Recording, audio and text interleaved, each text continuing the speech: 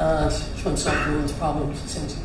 So, with us tonight we have Paul Murphy, TD, Spice Bag, Reid Smith, TD, Madeline Johansson, who's a People Before Profit Councillor, and Tatnoi House resident, Brian Roach, former Debenhams worker, Dara Adelaide, Glendalkin for All, Conor Tormey, trans and intersex pride, and we had to apologise, Eileen Flynn was supposed to be here tonight, but she had to go back up to Donegal at the last minute. So the format for tonight is this. I'm going to be asking each of our participants a question about themselves and why they're here and what they'd like to talk about and the issues that are affecting them in general and then affecting us as a wider community. And I'm going to open it up to the panel on stage as well to maybe ask questions of the person who's speaking. We'll just get the debate, well, not a debate, as I said first off, the discussion going.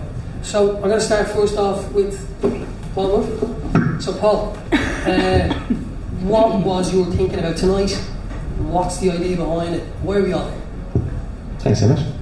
Well, first of all, you should say who you are. Oh, sorry, my name's Emmett Kieran. Oh! I suppose the idea for tonight is that we know that ordinary people are suffering loads of problems. People's lives are getting harder instead of getting easier. The housing crisis is getting worse day after day after day. More homeless people, higher rents, higher house prices, they're all at a record. And the cost of living crisis is getting worse. You know, they say inflation's coming down, but it still means that prices are still going up. It was funny, Reid and I met some Tesco workers today. We were about an issue they're getting screwed over by Tesco, but about a particular thing. So they were talking about that, but in passing they said, you know this thing that Tesco, we've reduced 700 prices as part of their ads? They said all those prices, they just went up, and then they've come down not as much as they went up by, you know? So people are finding it harder and harder. Unite did a report which said the average worker is down €75 a week. Climate change, biodiversity crisis. I see people kind of making light of the fact that the seas are 4 degrees warmer at the moment. It's like, oh, it's nice, you know, but it's a sign of like ecological breakdown we're experiencing. And in terms of all of those things, none of them are natural, none of them are inevitable, and they're not things that affect everybody equally. There's winners and losers from a housing crisis. There's winners and losers from the cost of living crisis. There's winners and losers from climate change. And the winners on all of those things are those at the very top of society, the big developers, corporate landlords, the big polluting companies who are also some of the companies behind the cost of living crisis. Even the IMF came out the other day to say that the main cause of inflation is profiteering. It's basically greedflation by big companies. But in that context, there are people, and there's a small number of them outside, I think, who would have ordinary people divided. And instead of looking upwards at those who have the wealth and have the power in this country and right around the world in this economy, instead would have ordinary people divided and blaming the asylum seeker who's on the street, who's in a very vulnerable situation, who's been forced to flee because of horrific situations and so on. And so the idea of tonight, I think, was to bring together lots of the different struggles that are taking place and to show how we need to be united. We shouldn't allow them to distract or divide ordinary people and to have, you know, other vulnerable people blamed. Instead, we should do what we did in the water charges or in the housing movement and have working class people come together, build a big movement against the government and against the kind of people that the government represent, which is those people who benefit from the housing crisis, the cost of living crisis, and so on.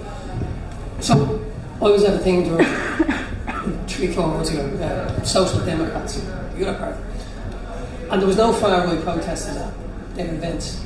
So why are these far-right protesters targeting specifically working class areas and parties, political parties, that usually make up the main bulwark of working class representation?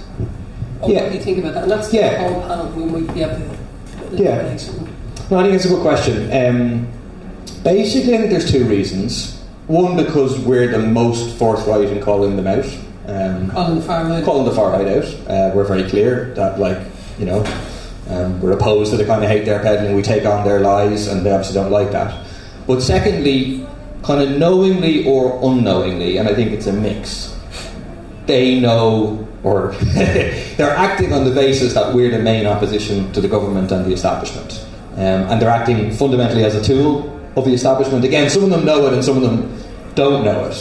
But the reality is, like, the big corporate landlords, IRES, REIT, are they happy or not happy that ordinary people think now Ukrainians or Syrians or whoever are responsible for the housing crisis, rather than the people who are actually profiting from the housing crisis? I think they're basically delighted by that. And I even think there's part of the establishment parties, they know they're playing with fire a little bit with the far right, but there is part of them that think, great, this is basically going to cut across the momentum. Like, the main momentum in politics after the last election was towards, let's break the cycle of Fianna Fáil and Fine Gael, let's kick them out, let's get a left government in there. And I think some of them have a sense that this can cut across that momentum, and it can cut, like, you know, divert working class anger away from the government, away from those who are responsible, and into blaming other people. So again, I think some of them know that's what they're doing, others don't. You know what I mean? Others genuinely believe the kind of crap that they're fed.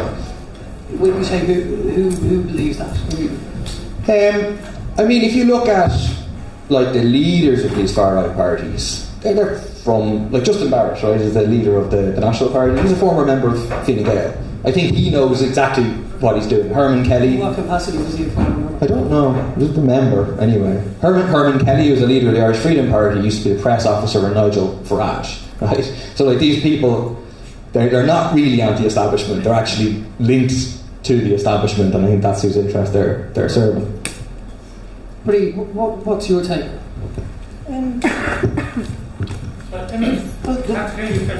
Oh, can you not? Sorry.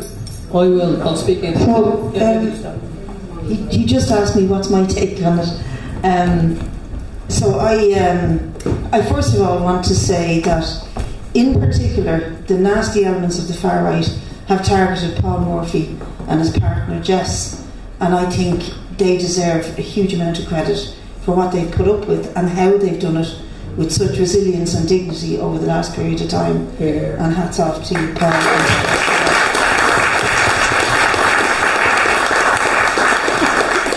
I think one of the reasons they have targeted is because, well, first of all, they seem to have a bit of strength and a bit of base in Tallaght, which is Paul's constituency, and secondly because he is one of the most vocal of all TDs in calling them out and calling out the transphobia and homophobia as well as the racism. And secondly, do you know, I do think there's a bit of sort of basic politics in what's going on here. I mean, we've thought that we got away with this for decades in this country, and as Paul said, prior to COVID, really, the trajectory in this country was to the left. It still kind of is because of the vast sort of popularity of Sinn Féin, who are perceived as left, and we could debate that, but they're certainly perceived as being of the left. And we had come out of the water charges fight, the win on repeal, on same-sex marriage. They were all good left-wing, people power, bottom-up campaigns that the left won.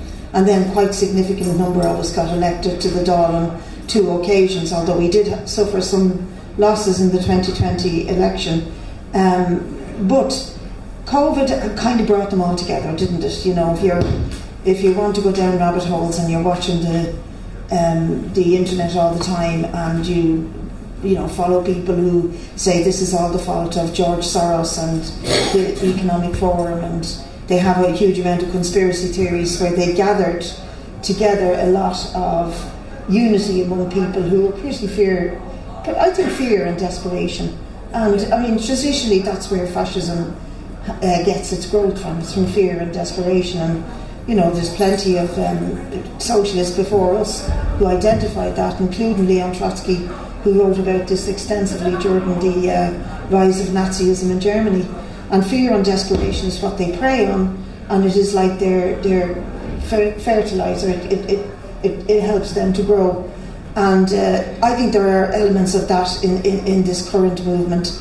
And then there's also the element of something Karl Marx identified when he was looking at the treatment of Irish people, Irish workers in Britain, is that some people think that if I feel superior to, you know, the lazy monkey-like Irish man who's thick and who doesn't speak proper English, or indeed the lazy monkey-like black man who comes from Africa and I am superior to them and I look down on them, then that elevates me. It's like tuppence halfpenny looking down on tuppence, and there's a huge element of the psychology in that. And if people think the refugees are only the dirt on my shoe, that may make them, who feel they have no value in life, feel that little bit better about themselves, and it unites them in that sense of feeling better about themselves because they believe that they're better than refugees or travellers or gay people or trans people or whatever. So there's a bit of all that in it. But Ireland has been fortunate not to be dominated in the same way that other parts of Europe have by fascist parties winning seats, fascist parties almost taking power, and in some cases taking power, like Giorgio Filoni recently in Italy. And we've been fortunate that we've escaped it, but I think it's going to be with us. I made this argument out of people before Profit Event last week. I think this is going to be with us for some time to come. And the main reason I think that this is not going to go away is because of climate change. Now that might sound nuts, but actually we are looking at, Friends of the Earth reckon, 1 billion climate refugees by 2030. That's only 6 years away really. By 2030, 1 billion displaced people across the planet. And when they're displaced for reasons to do with floods or droughts or not able to live in their own country to fish or to grow food or whatever, it's not a temporary thing, it's permanent. That's a permanent move. And the objection to them that is being, developed by, first of all, from the top. You only have to look at what happened in the Mediterranean 2 weeks ago, where countless numbers of people drowned because of the actions of Fortress Europe and the inability and unwillingness, political unwillingness, to embrace the crisis of refugees and to handle it properly. And countless more will drown. They reckon there's probably about 30,000 refugees in the Mediterranean where a graveyard has been created. So this isn't going to go away, it's going to intensify.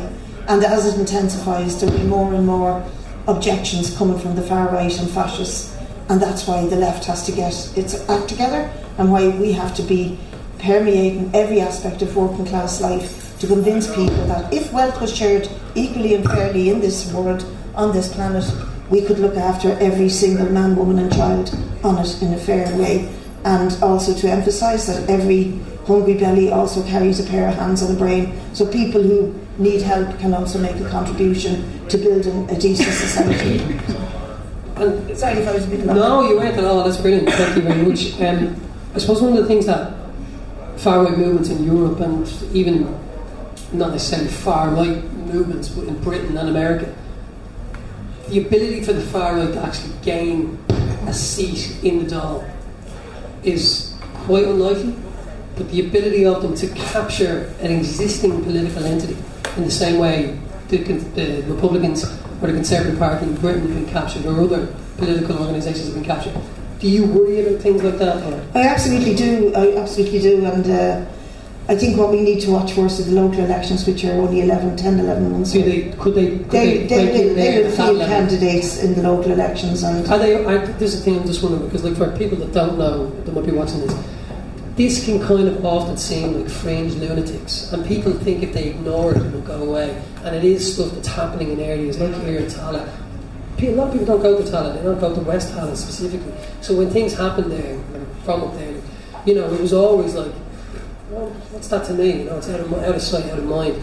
So these kind of clashes are happening on the ground level. Like, how likely is it that they're going to field candidates in local elections and they're going to win? Well, there's a good chance of it, but again, I think I'm not diminishing it, like I'm being genuinely. Yeah, no, I agree, and I'm genuinely answering it, and I think that provides a huge challenge to the left, not just people before profit, but us in particular, but to all of the left, to stand up to them and to make sure that we field candidates. And it's not just about fielding candidates, it's about what you do in your community. It's about actually fighting for housing, to have the park open, to get more childcare facilities, to have decent roads and cleaning and all the nuts and bolts things that councillors in particular have to deal with. That we have to be running the campaigns in the local communities and giving a lead to people who need change in their lives, instead of letting the nasties piggyback on their desperation or their alienation. But Paul is absolutely right when he talked about the leadership. They're cute. They know exactly what they're doing.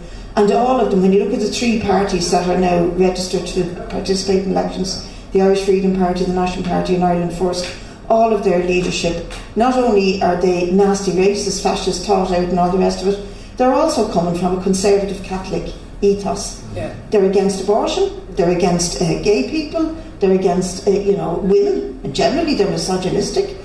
So that sort of conservative Catholic background is worth noting, and therefore defending the issues that we've made progress on, like same-sex marriage, like abortion rights, women's rights, etc. Thank you. So, getting organised, join a local political party, and community. It starts with family, your friends, your neighbours, organising on ground level. I want to come back to this later, because something that, and it's something you touched on, Breed, about councillors and the power that councillors have. The Fine Gael and Labour, unfortunately, in 2014, the Local Government of Ireland Act removed town councils across the country, amalgamated councils, and reduced the power that councillors have. We're actually the least represented at a local level on councils for local politicians in the entirety of the European Union. We have the least politicians, and the politicians are actually, in many respects, powerless to do things. All the power has been put over to executives. So it'll be something interesting to come back to later in relation to that. Sprucebank, 20 you next. Hello. Just really briefly, for people that don't know, maybe just explain who you are, what you do, and just start off with that. I'm going to ask you a question in a second. So I am a visual artist from Bray, County Wicklow. I've been making art. I call it like maybe satirical art, or like kind of like satirical and nostalgic sort of art about commentary on like Irish social and political issues for a few years. Recently I did the what's going on there? Recently I did the eviction. Well, I actually made it a few years ago. It blew up there recently. It was reshared by Owen O'Brien, the Sinn Féin housing spokesman, on Twitter, and it caused a bit of a hullabaloo around the place, and I was brought on the Tonight Show and stuff like that. So that kind of I don't know, expanded my reach or whatever, I guess, with my work. But yeah, most of the work is political. Yeah. Satire, I guess, or commentary. And that was how would you explain that image? Like, what was that image? Yeah, it was straightforward enough. It was I was juxtaposing the work of Daniel MacDonald, who was a painter during the 1840s in Ireland. He depicted a scene of an eviction during the famine, and I superimposed images of Gardaí participating in evictions in recent times over that image. So it was fairly cut and dry, but it was enough to kind of get people really riled up. So this is something that I've come up against for years myself, because I work as an actor with a playwright most of my theatre has a political edge. What is art's role in protest? And do you think that art has an ability to change anything, or to change people's minds? Does it? What's your feelings about that? I feel like it's very difficult to change anyone's mind about anything. I think that's something that people generally do themselves. But like, I do think art has a unique ability, like issues around housing or evictions and stuff like that. You have great people like Rory Hearn and stuff that can write, really well thought out, well researched pieces and articles about it, and tell you all the facts and figures and all that stuff. And you can read that, but I feel like art has a unique ability to maybe take the issue and sort of squash it into one thing, one like easily consumable thing that resonates with people immediately. Like, I'm sure you could get, there was obviously people feeling like, outrage when they saw my piece, and I'm sure they'd feel the same outrage if they read like a really, well thought out, like kind of grim, report on housing in Ireland. But it just makes it that much quicker. It's kind of, a quick hit, I guess, of, you're going to resonate. And then on the reverse end of it as well, you had someone like Fionn Sheehan who also resonated with him deeply as well. He had a very strong emotional reaction to it straight away as well, but he just kind of had the opposite one most other That's interesting. The delivery system essentially is changed with the art. Yeah, pretty much like existing. Maybe we might be better off just speaking up. I don't even know how useful the microphones are. I don't mind doing that's that. good. I think we'll just lose it because they're kind of this coming in every 2 seconds, really destroying everyone's brain. But so I think like having a means of like quickly I'm losing the word, but like just encapsulating, I guess, like the core of an issue or the sort of visceral nature of an issue, and then that resonates with people as well. So I think art has the ability to do that, and not just visual art, but music and other things as well. Like, and that's something that, like you say, like academic literature or like journalistic literature doesn't have as easily available. Do you know what I mean? For the same thing. Were you used to your art being the response of what's his name, Fionn Sheehan? Yeah. And other kind of people of his ilk, let's say, people from the same kind of background, same kind of conservative ideology, he's whatever it is, as a journalist, he has a particular way of how he sees the world and how he sees the country. What was that like for you, kind of coming up against somebody like that in real time on national television?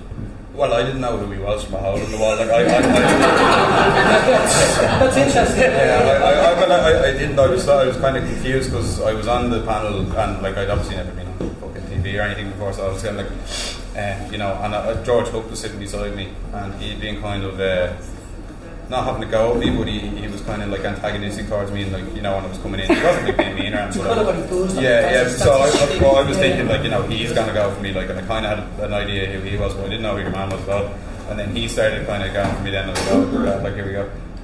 But it was grand. I thought it was slightly weird at the time. Like I was kind of more confused than anything else. But afterwards, you could definitely see that there was, and it wasn't just him. He was speaking for an entire contingent of, and a very large contingent of people, I guess. But I did feel like some of it was, I guess, not legitimate, but some of it was coming from a real emotional place. But I felt a lot of it was very forced. I feel like it was a deliberate changing of, like, my piece did include the Gardaí for a reason, because they're part of the mechanism of eviction. They need to be there, like, but it wasn't, I wasn't like, this only exists, to shit on the guards. Like, you know what I mean? It was a they were part of it, but it wasn't the whole issue. And I felt they were being kind of what's the word, like they were avoiding talking about the actual issue, which was housing, by turning it into a police thing, and then some of them going further and turning it into a Sinn Féin versus the police thing, and then me getting involved in that was like But isn't they always like the broader kind of argument, or the broad, like, the holistic kind of view of what you're trying to talk about? They'll pick on the one thread that they think they can get you on, so they try to pull on that as much as they can. But also there's people in our country that believe An Garda Síochána beyond reproach in any kind of way, and maybe because they have friends, family in An Garda Síochána, so they have an emotional kind of connection to it. But it's just interesting, that kind of thing of official Ireland essentially going after artists, is kind of strange, because most of them probably don't even consume art in any other way, other than, maybe the way you've seen that piece of it. There was a bit of a, I don't know, what did he say? He got very amped about the... Can you hear us? Sorry. He got very amped about the politically motivated art, which kind of came across a bit like, North Korea. Like, it was a bit like authoritarian. Like, I was a bit like, that's. I feel like that was probably said in, sort of. I think he was kind of he was kind of like losing his point, or the point he was trying to make wasn't landing, so he just tried to drew that in. I hope, like, because it would have been a bit an odd thing to say. There were people like when on the side of the Project Art Centre repeal was put up, and someone put in a complaint, and Dublin City Council came down and said you have to take this down. And one of the arguments against it was that there is no place for politics in art. And there are very well educated, very smart people who try to make that argument on national television.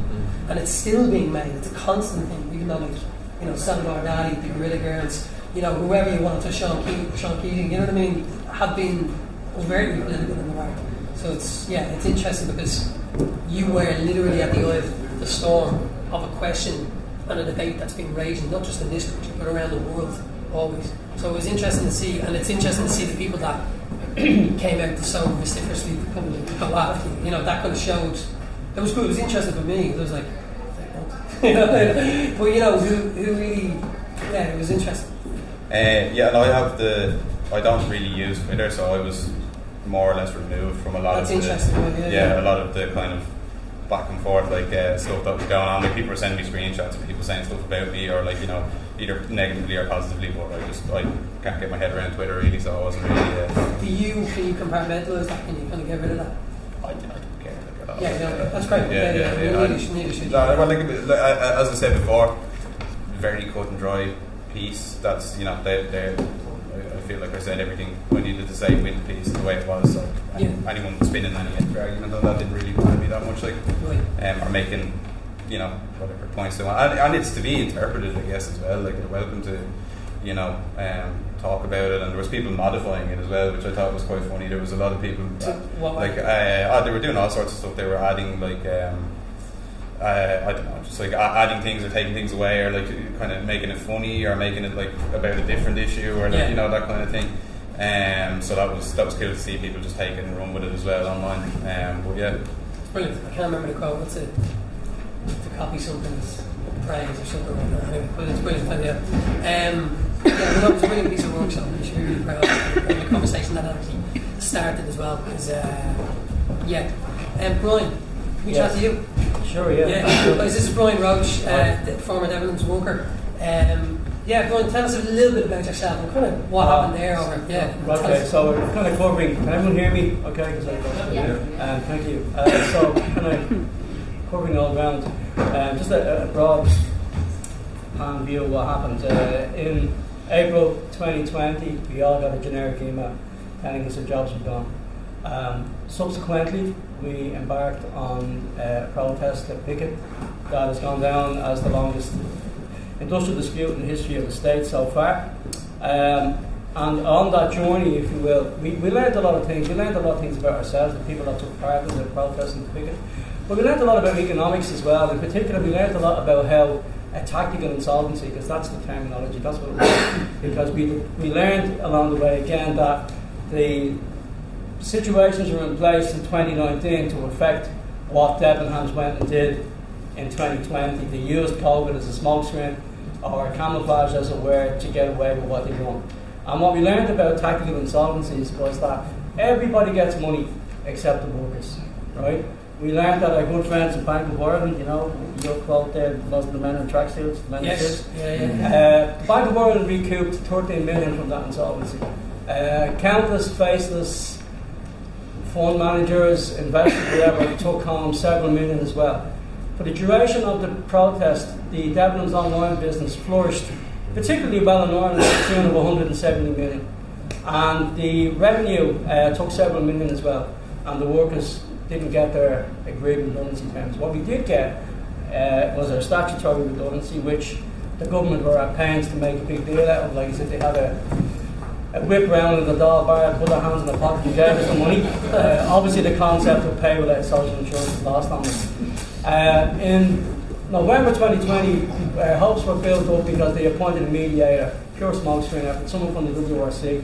And what they came up with was a retraining fund, an upskilling fund of €3 million, which again, the then government tried to champion, but it was already part of an existing EU initiative.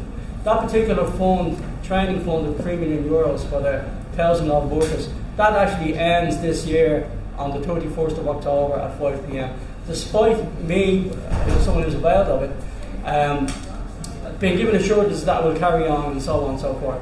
To date, of that 3 million, approximately 600,000 has been accessed only by former Debenhams workers.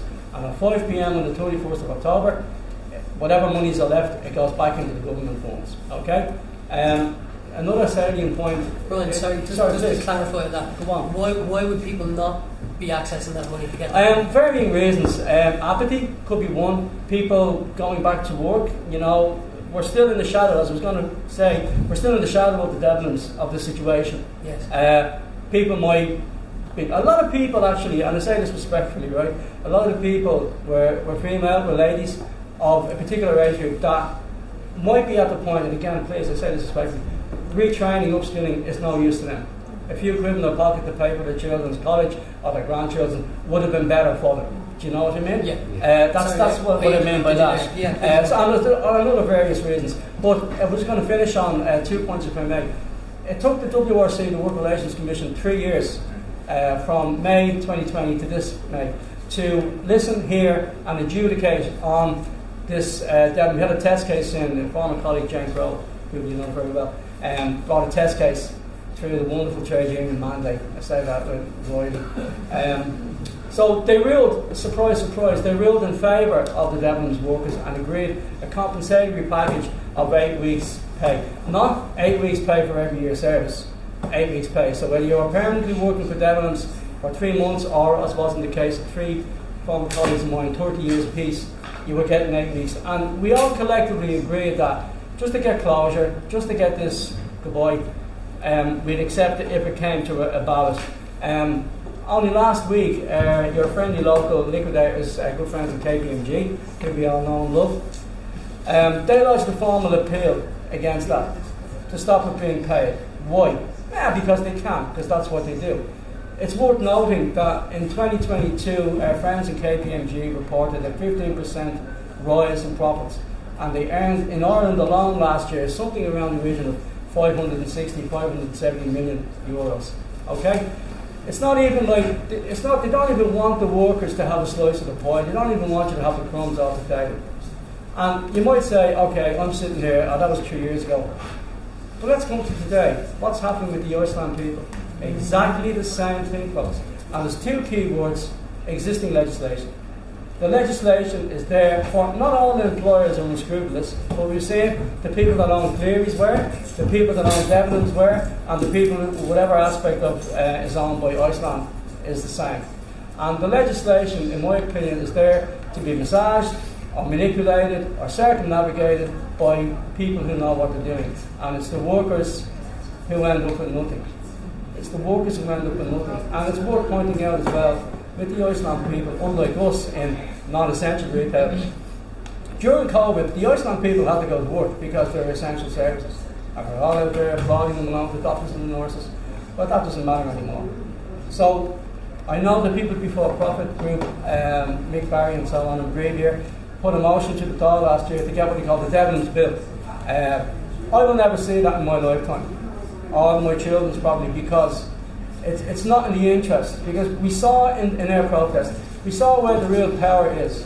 We saw that KPMG could take a woman from Cork, a young woman, mother from Cork, a former Debenhams worker, make her come to Dublin, make her stand before a judge, make her cease and desist her protest or she was going to prison.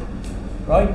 We saw what the KPMG were able to do when they removed the picketers and their protest supporters from the Henry Street store that night. My God, you think it was like a national terrorist emergency the way they reacted. So we need to get change. After the Cleary's debacle, there was a paper, there was a Duffy Cott report, and I don't believe it called for broad sweeping changes. It called for greater inclusion and fairness and security for workers' rights in insolvency and liquidation cases. But I don't think we're ever going to see that. Thank you.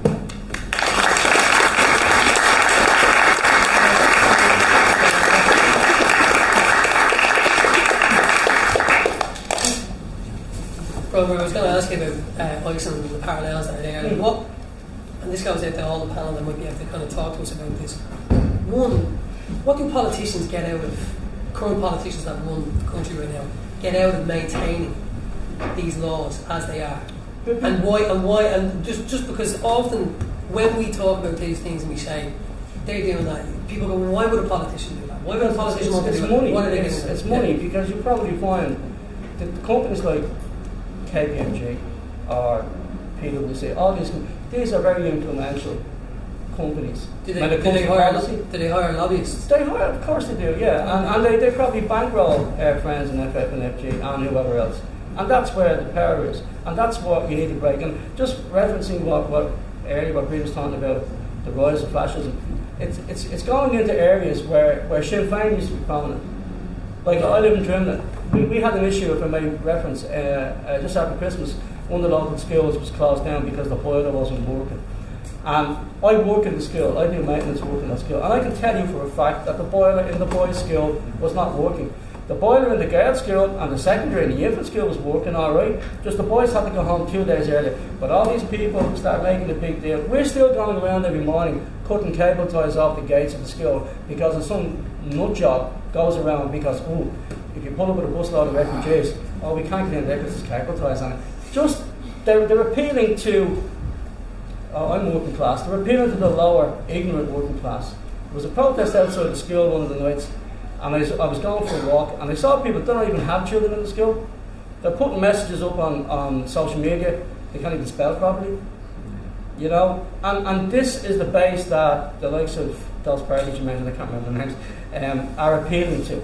They're appealing to the fear and the ignorance. You know, I had a discussion with someone in Drimnagh, they're bringing all these soldiers in, and they're rapists. And I said, has Drimnagh never produced a child molester or rapist? Yes, it has. But there's no answer to that because, and I genuinely think with the question you posed about, will they gang? Yeah, they will. Right. And I think it's the responsibility of FF, Fine Gael and all these crowd to keep an eye on these people, because this is how Hitler came to power. The Nazis appealed to the apathy and the displeasure of the ordinary ignorant masses, and that's how they got to power. And the real issue, I think, is with Fianna Fáil and Fine Gael taking the right off the wall. You know, they view the left as cranks, but like you say about your man being Farage's mate and all this, they're the real enemy, I think. Sorry, I'm wrapping on there. No, you're right at all.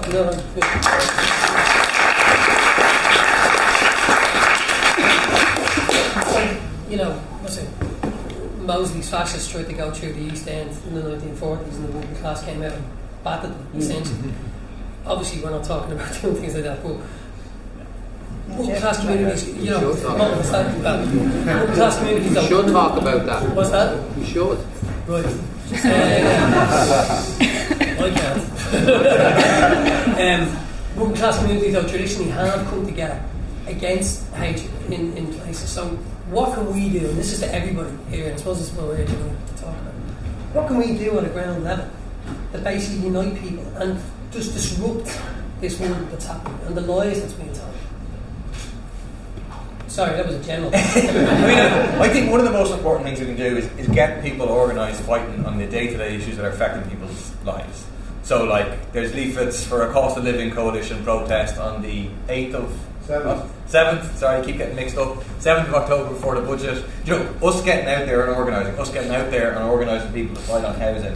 Yeah. Getting people fighting for their own interests. Like, during the water charges, it wasn't that there was no mad ideas. Like, at the start of the water charges, you had all sorts of crazy ideas, kind of semi-influenced by some right-wing things in America. Like, you know, the no contract, no consent thing? That has, like, a weird origin in this sovereign citizens movement in America, which is a far-right movement. So obviously, your ordinary person here who was doing no contract, no consent doesn't mean they were far-right, anything like that. But there was weird ideas at the start of that movement.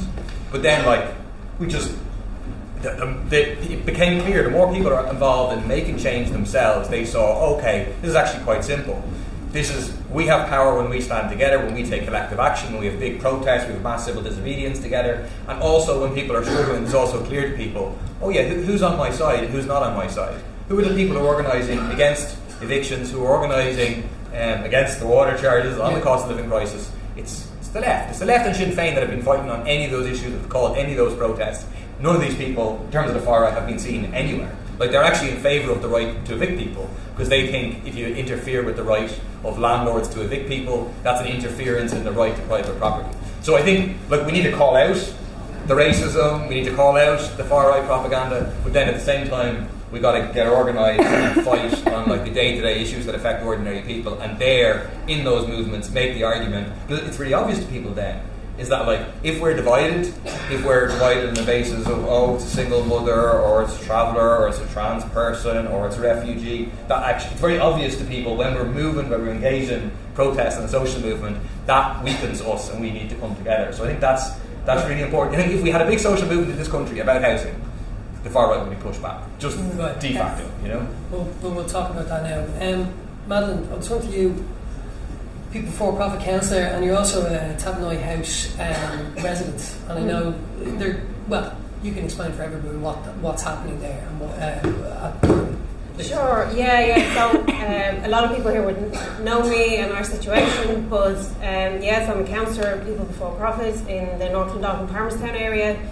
And on the 20th of October last year, myself and my husband, got an eviction notice by our landlord saying that he wanted to sell the property, and then we realised that it wasn't just us, but it was every single tenant in the whole block of apartments in Tottenham House. So 34 units all got notices of eviction in October, due for the 2nd of June. We weren't covered at all by the eviction ban, or so-called ban. It was not really a ban, but anyway, we weren't covered at all by that. So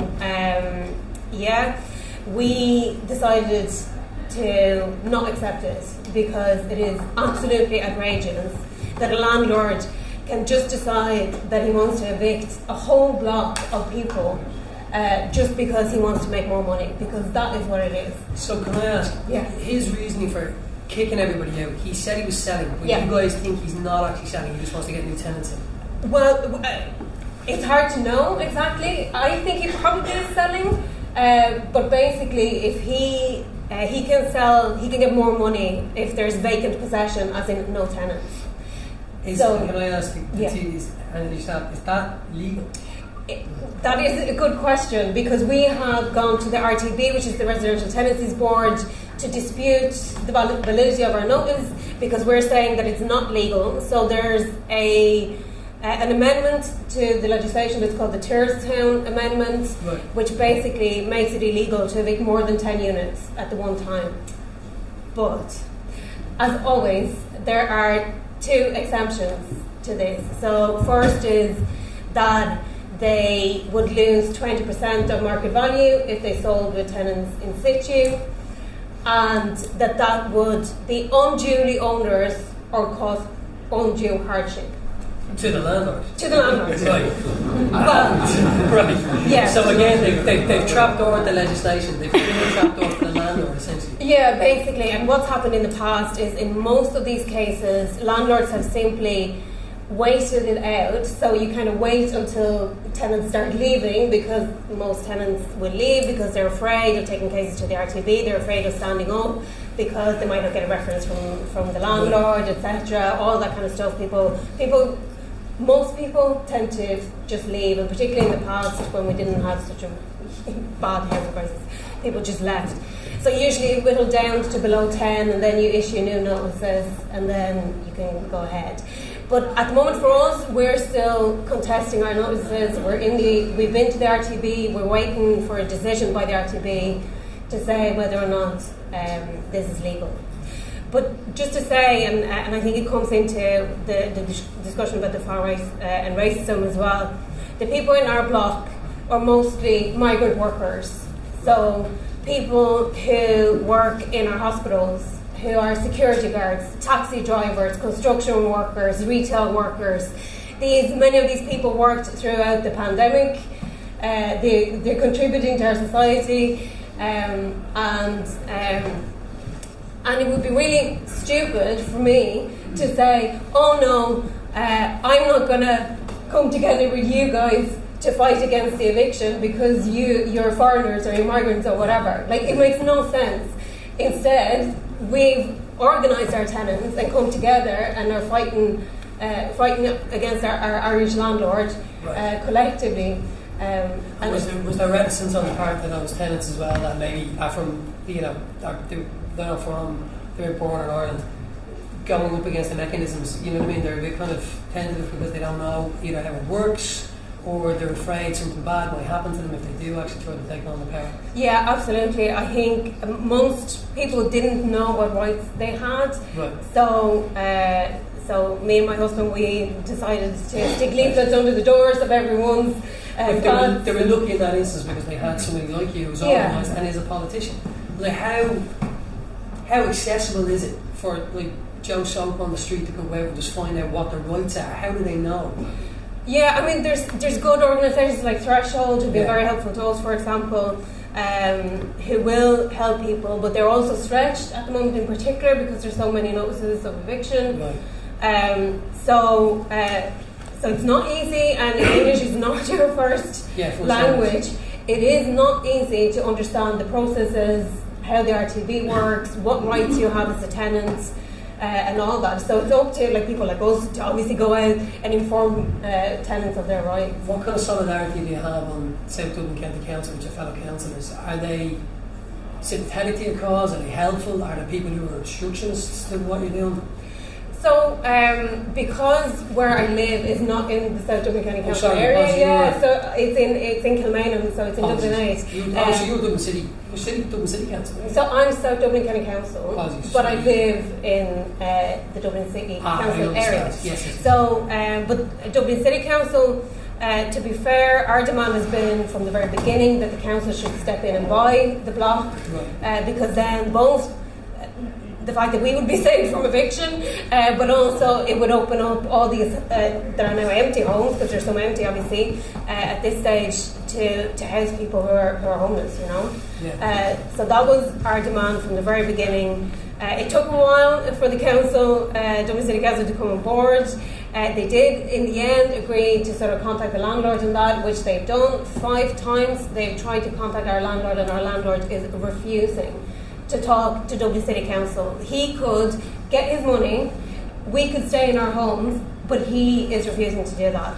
And it's really frustrating that he can just sit there with a multi-million euro worth of property and simply just say, I don't care.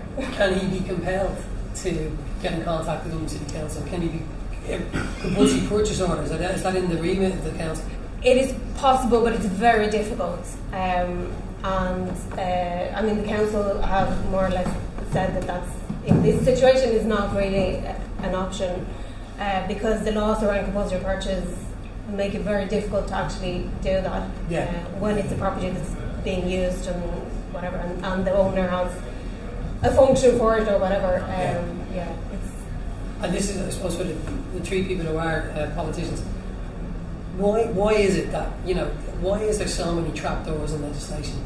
People can be thrown out of the house if someone's moving in, or relative extensive renovations. I think I know this, but I just want, why is the legislation, for example, I had a similar situation where I was living in Temple Bar, and there was a company called the Key Collection. Anyone's ever come across them? The Key Collection, up until COVID, were basically going into apartment blocks and getting rid of tenants. They were talking to landlords and saying, you get rid of your tenants, we'll come in, we'll do up your house, and then we'll rent this property out for you. Kind of like Airbnb, but good, because it's not like Airbnb, it's a taxman won't know anything about it, and it all goes through booking.com. And they were getting rid of entire blocks of people, people. And we went to our local councillors and said, do something about this. 2 councillors, I'll get word on it. And when they went up the chain, we talked to all our local politicians. There was Eamon Ryan, Chris Andrews, and a few others. Just radio silence. So it sounds like a real problem. We said, yeah, it's also Airbnb. We'll get word on it.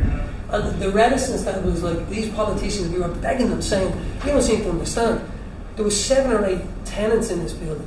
Now there's only 3 of us. And they're trying to run a game on the other 3 people, where they're putting in stag parties, running, throwing in people were coming out, and it was like women were being sexually assaulted sitting on our stairs. So it was a health and safety issue, because they were giving keys to strangers from all over the world. They were coming in, opened our door one night, there was a lot of football fans having a full-scale brawl.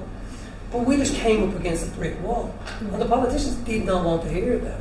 And now we get to the stage where Airbnb legislation, they tried to put matters on it, but now the European Union is saying, no, you can't. But they've known about this from as far back as 2013. And they knew about the Key Collection. The Key Collection was they went from something like 500,000 to nearly 10 million in profit up until the COVID. Now they're gone. I think good riddance to them. It's laughing. They run Hamilton's Hotel in Dublin, and you can stand over this. But they were literally causing chaos in the rental market. And when you would go on, I was always asked to talk about it. I would always come up against a housing expert who was aligned with the government, telling me what I was saying wasn't happening. It's not that big a problem. Airbnb is not a problem. People attacking investment. What are these politicians getting out of maintaining these situations, perpetuating these situations? I mean, this is the 3 politicians, I suppose.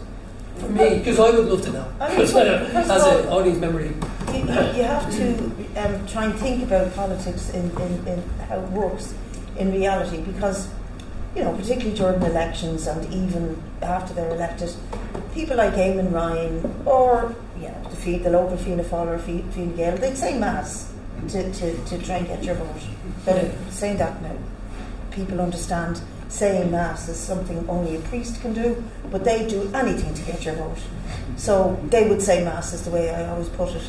But in reality, their close relationship with those who gain the most from the system, the vulture funds, the Airbnbs, the landlords, the bankers, IBEC. I was just thinking about IBEC's role in the case of Debenhams. The politicians that run the country, Fianna Fáil and Fine Gael in particular, and to a lesser degree some of them that participated in coalitions like Labour and the Greens, but definitely Fianna Fáil, they're like that with those who gain from the system, the bankers, I've just gone through them, the vulture funds, and talking about vulture funds and cuckoo funds, there was a PQ put in about this, and when the last Minister for Finance, remember your man from Limerick with the gammy eye, what's his name? When the vulture funds were first coming into the country, he had 68 private meetings with them. 68. And, you know, you don't find out, what did you meet them 68 times for to find out? But what you do find out is that the next thing the vulture funds and the cuckoo funds are buying up all the properties and buying up multiple properties and doing what the hell they like, and the rent is going shoop up through the roof and nobody's controlling it. So it's that proximity in their relationship with those that control the financial system, the corporations, the landlords, all of that. And it's not like, because there's a huge number of ex-politicians with this area, Brian Hayes, who went on to work for the banking sector. How are politicians still able to go? Some of them, like in the case of Hayes, left European Parliament 6 months before he was actually supposed to end his term as an MEP and went to work for the Banking Federation. I thought there was laws in place to stop things like that happening. No. And you can bet your bottom dollar that if Pascal Donoghue, Leo Varadkar, any of them lose their seats in the next election, they'll end up in the same position. You know, the CEO of one of the companies or the Facebook the director or something. I genuinely think, though, and this is just, I think lobbying, I know we're talking about the far right here, but I think if regular citizens knew about the depth and the breadth of lobbying and what these lobbyists are doing, they would be enraged to a point that this is an issue that I think we need to educate people on. That things are, like, for example, there's an ex-politician working for Airbnb and lobbying on their behalf. So, you know, there's so many problems that we want people to fix things, but then they have these lobbyists going back in and talking to their former politician friends and stopping things happening in legislation. Well, you can see the anger of the country over what's going on in RTE with Ryan Tubridy, and that's a tiny representation of what really goes on in the wider system, you know. Right. And people, you can tell people these things, but sometimes it goes over their head. But sometimes it just seems too big to do anything about it. It's too elaborate. It's too much. It's too big to do anything about it. There is also the argument people constantly saying, and this is the conspiracy theory, when we say these things without evidence, now there is evidence in RTE, but when you even allude to the idea that there is something like this happening, people will say that's nonsense. They just dismiss it because they say you don't have evidence, you can't say this in general. Mm-hmm. And how do we combat against that? Well, you draw out the evidence. Because there is always evidence. Well, obviously there has to be evidence, and you can't just make baseless claims. Obviously, but I think like part of it is, like we say in blunt terms, right? This government and most governments do not represent the interests of the people who, even the people who vote for them. Most of the people who vote for them, they don't represent the interests of ordinary people. They represent the interests of the rich and the ruling class, right? But a part of it, like that, can sound like a mad conspiracy theory. You know what I mean? That there's a secret phone line, and like Mr. Ibeck rings up Leo Varadkar once a week and says, now you need to do this. So it's a little bit more complex than that, right? And it works through a couple of different ways. Like one of it is through the lobbying. Like the lobbying is literally the economic ruling class saying to the government, this is what we need. And sometimes in the European Parliament, right? For the European Parliament, it's something like for every person who works in the European Parliament, there's like 200 lobbyists, like on you. You know what I mean? Working behind the scenes. And like a lot of that stuff in the European Parliament is really technical. It's about like a seatbelt and like how much it should click, how much pressure it needs or whatever. But there's like all big industry groups who are going to benefit from this type of seatbelt or this kind of tractor wheel or whatever. Like, so they're working away on the detail and saying to the politicians, this is what you need to do. So the lobbying is very important. But the other thing is the ideology. You know, like you get some backbench Fianna Fáil or Fine Gael who doesn't know like much about politics. Do you know what I mean? They know politics in terms of the very basics of like, oh, you be nice to the fella and you go to the funerals or whatever. But in terms of like big ideas politics, like, you know what I mean? They're not into that. Right? But they'll be able to tell you very, very clearly. The one thing they'll be able to tell you is that if you increase tax on corporations, that's a bad thing because the corporations will be gone. Low taxes are good. They create jobs. Blah blah blah. And so like, there's an ideology, and where some of them even think. Not all the Fianna Fáilers and Fine Gaelers are like necessarily personally terrible people or whatever. Some of them, you know, when people come into them saying I'm homeless or whatever, I'm sure they genuinely feel, geez, that's bad that you're homeless. But the ideology works by them knowing that it might be bad that people are homeless, but what would be worse is if the state interfered with the market. So if the state was to expropriate the big corporate landlords, or the state was to become a big builder of homes, that would be worse in the long run. I don't think they can really tell you how it's going to be worse in the long run, but they know that somehow it's going to be worse in the long run. So, like, ideology plays this very important role of mediating the kind of interests of the ruling class and getting it translated into policy. And, like, it's just this happy coincidence that this ideology, which is supposedly in the interest of all of us in the end, ends up benefiting those who are actually at the top. Yeah. And also who are part of like this revolving door, same social clubs or whatever, like that's how their common worldview is formed. These people know each other. You know, you look at Simon Coveney, I'm not saying there's any like personal corruption or whatever, but Simon Coveney's brother is the head of strategy at RTE, another brother is the head of Green Corps. So you've got media, agribusiness, politics, like, and they share a world outlook, and that world outlook is the outlook of the ruling class in this country. Yeah. So it doesn't always have to happen by like the brown envelope and the dirt grubby cash, which it still happens, I'm sure, but it happens in like slightly more sophisticated ways where you just need to draw out like that's all happening. And I think like a really important thing is there's winners from all this stuff. Like I don't think enough people think about, they just think about the housing crisis. They don't realise someone profits from the housing crisis. Who's winning from it? Yeah, who's profiting from the health crisis? Who would be paying for private health insurance if you had a decent public health system? Who would be going to private hospitals? So there's winners from all these policies. Which was a point made by Brendan Howell, who said if we have one system, who's going to make gonna money? go? Yeah. Connor and Dara very patiently have been there and apologies to you. It was a far side. yeah. So I just want to, Dara, first off, Clondalkin for All. Tell us just a little bit about yourself for people who don't know. Just tell us what Clondalkin for All is. Yeah, so I guess Clondalkin, the group formed in response to a lot of really negative and false rumours about refugees, some awful intimidation and protests that happened, and I guess Clondalkin specifically, we've had refugees for a very long time. The Towers has been there like nearly as long as I've been in Clondalkin, which is my whole life. So we've had there's a direct provision centre right in the centre of Clondalkin village, and not that there would ever be any problems, but we haven't had any. These are people who have been members of our community for a long time. So to see people sort of jumping on a bandwagon of conspiracies about these new asylum seekers who are coming are going to cause trouble, you know, they're going to attack people, all of that. We formed basically in response to that to sort of, fight what was, mad conspiracism and show Clondalkin is actually a welcoming place. We've welcomed refugees for a very long time. It's a very diverse place as well. There are people who come from all across the world. So to put forward that message, and I guess on February 18th we did a lot of work in Clondalkin to build for the Ireland for All rally. There was 50,000 people there, so the largest anti-racism event I guess that has ever happened in Ireland. It was really good. I see a lot of familiar faces who have been there before, but I guess one of the things that was said about the refugees who were coming in, about them being dangerous and people we've never seen before coming into our communities. Now, it's been a couple of months, it's been 6-7 months, and actually, the people who came in have been involved in tiny towns. They've been going to the park runs in Corca Park.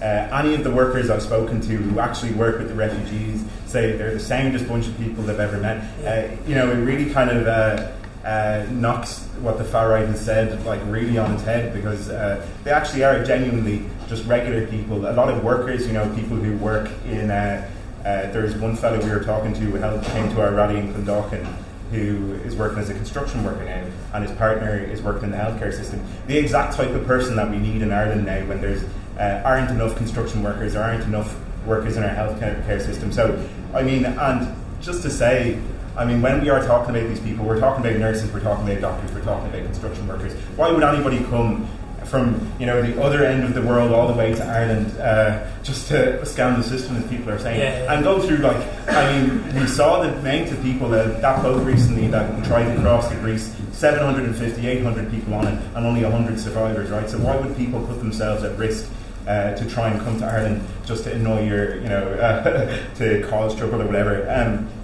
I would say first, I think it's something like, I was trying to look up the statistics for this, right? It's about 80% of people who are displaced globally are not coming to Europe, right? You know, people who leave Sudan end up in Egypt, people who leave Afghanistan end up in Iran, people who leave Palestine end up in Jordan, right? So most people end up in a neighbouring country. It's a tiny fraction of people who try and come to Europe, and an even smaller fraction of people who actually survive coming to Europe and crossing the Mediterranean, and even a smaller fraction who end up in Ireland, right? But of those who do try and leave, there's very good reasons for why. Sorry, I'm going on. I just want to talk about the asylum seekers specifically because the far right really target them. I mean, there's plenty of good reasons. The first one is war. You know, if you're talking about the asylum seekers that come here, you're talking about people who are coming from Syria and Afghanistan and Iraq and places that have been faced with, you know, billions of euros worth of bombs coming from the United States, coming from the UK, France, NATO, who have destroyed their countries. People who are looking to make a better life for themselves. Another reason, something that Paul or maybe it was Brady was talking about, is climate change. That if you look at the really unprecedented monsoons that happened in Pakistan, where something like a third of the country was covered in water, of course people are going to flee that.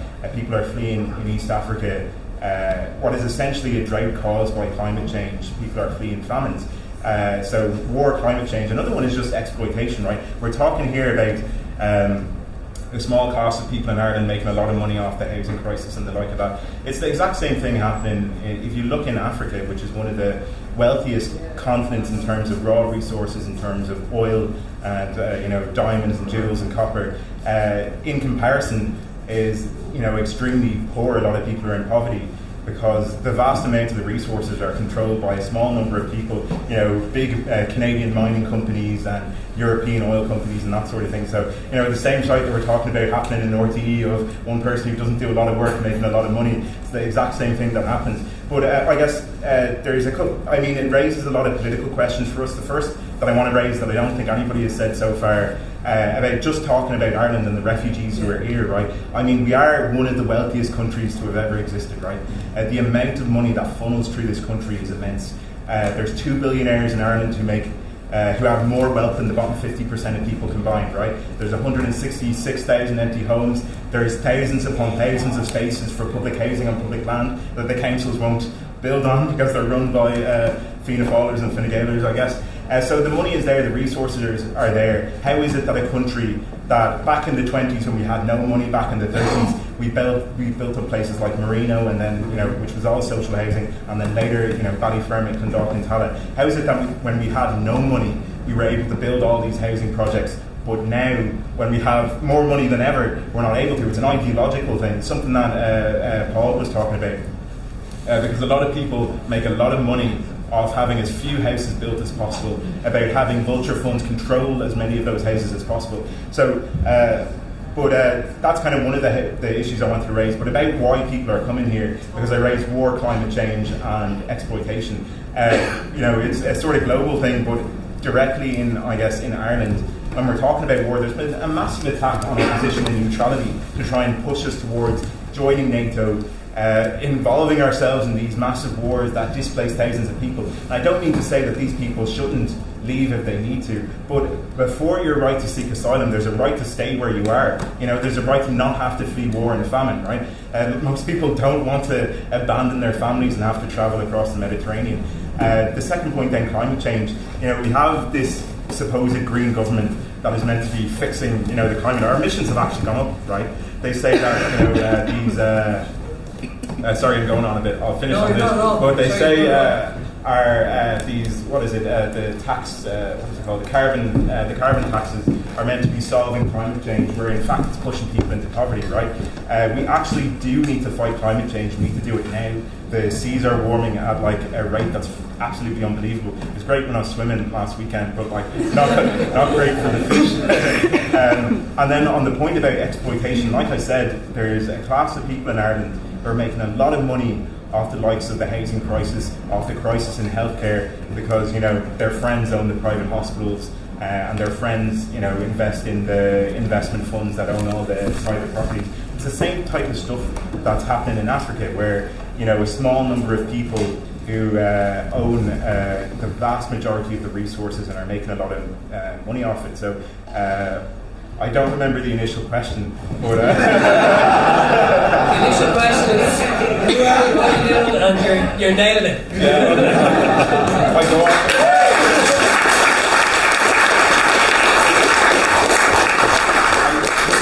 I guess to just go back to what the meeting's about, which is Unite Against Fianna Fáil and Fine Gael, right? I mean, there's Fianna Fáilers and Fine Gaelers. They might go by different names in other parties, but all across the world in different countries. So we really need a global movement that fights against all this type of exploitation. And I guess that's very complicated. There's a lot in it. If you guys start in Tallaght, I can start in Clondalkin, and I'm sure we'll get there eventually. Yeah. Hands across, hands across. We have to do in questions as well, but I do really want to get to Conor as well. Conor Tormey, welcome. Conor is the part of the Trans and Intersex Pride. I just want to talk to you about, Conor, tell us a little bit about who you are and what's the idea behind Trans and Intersex Pride and what are the details? Yeah, so I'm Conor. I'm a co-organiser of Trans Intersex Pride.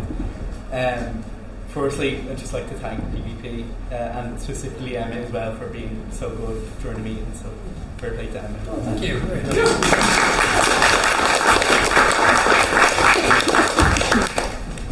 The start of Trans Intersex Pride was started around Repeal the 8th in 2018. So it was started by socialists and feminist activists who were around then at the time, who were seeing the treatment of trans people in Ireland. Particularly, there is and still is a healthcare crisis similar to the general healthcare crisis, but a bit more sophisticated, if you could say, just a bit differently. Through an outdated psychiatric model of care that treats trans people as a mental illness rather than a person with their own bodily autonomy that can has autonomy over their own body. But the real push for Trans Intersex Pride was the Repeal the 8th. That it was such a massive blow to not only the Irish state, who withheld women's bodily autonomy for years, but also a blow to the Catholic Church, who also withheld bodily autonomy, but also traumatised women, LGBTQ plus people, working class people in general. So both them was a massive blow to institutions, massive institutions in Ireland that withheld people's bodily autonomy.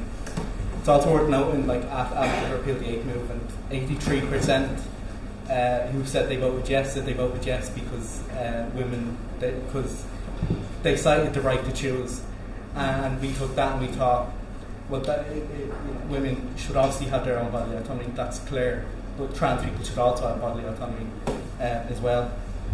And the second reason for the creation was what we saw as an overpopularisation of Dublin Pride. Yeah. So Dublin Pride, Trans Intersex Pride, we're socialist activists, we're feminist activists, but also first and foremost we're working class people. Yeah. So we're looking at Dublin Pride, as a working class person, why should I walk alongside Fine Gael and Fianna Fáil and the Green Party when considering what they did during austerity? Why should I walk, and I'm still continuing to do it to this day, why should I walk along the police when my first memories of the police as a child was a heavy-handed approach towards working class teenagers, and even I grew up during the water charges. A very formative memory was seeing the protesters and seeing them be dragged away from the police. Why should I have to stand beside them as well and think, well, all's good, let's hold hands? And then lastly, massive companies as well. Dublin Pride was last Saturday and they had Aer Lingus as one of the main sponsors.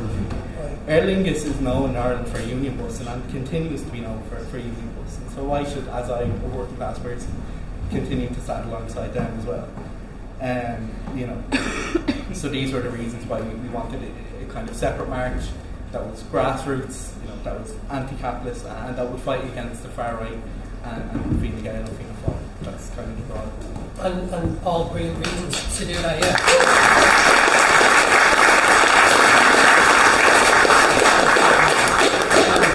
It's interesting. I find, a lot of theatre companies would have been in Temple Bar in the 1980s, and Women's Health Organisation and Special Branch had them under surveillance. Which, and now, seeing this kind of corporatisation of pride is something that, I myself even think is so strange and odd. How's it been going for you? Is it quite successful? Are people accepting of it? And, what are the kind of issues that you guys are facing right now with everything that's happening with the far right? And basically, how can you speak to that? Yeah, so we're having our Transgender Sex Pride March. That's like our yearly march. We do stuff in the other year, but really our main thing is the Transgender Sex Pride March. And this is our fourth march coming up on July 8th.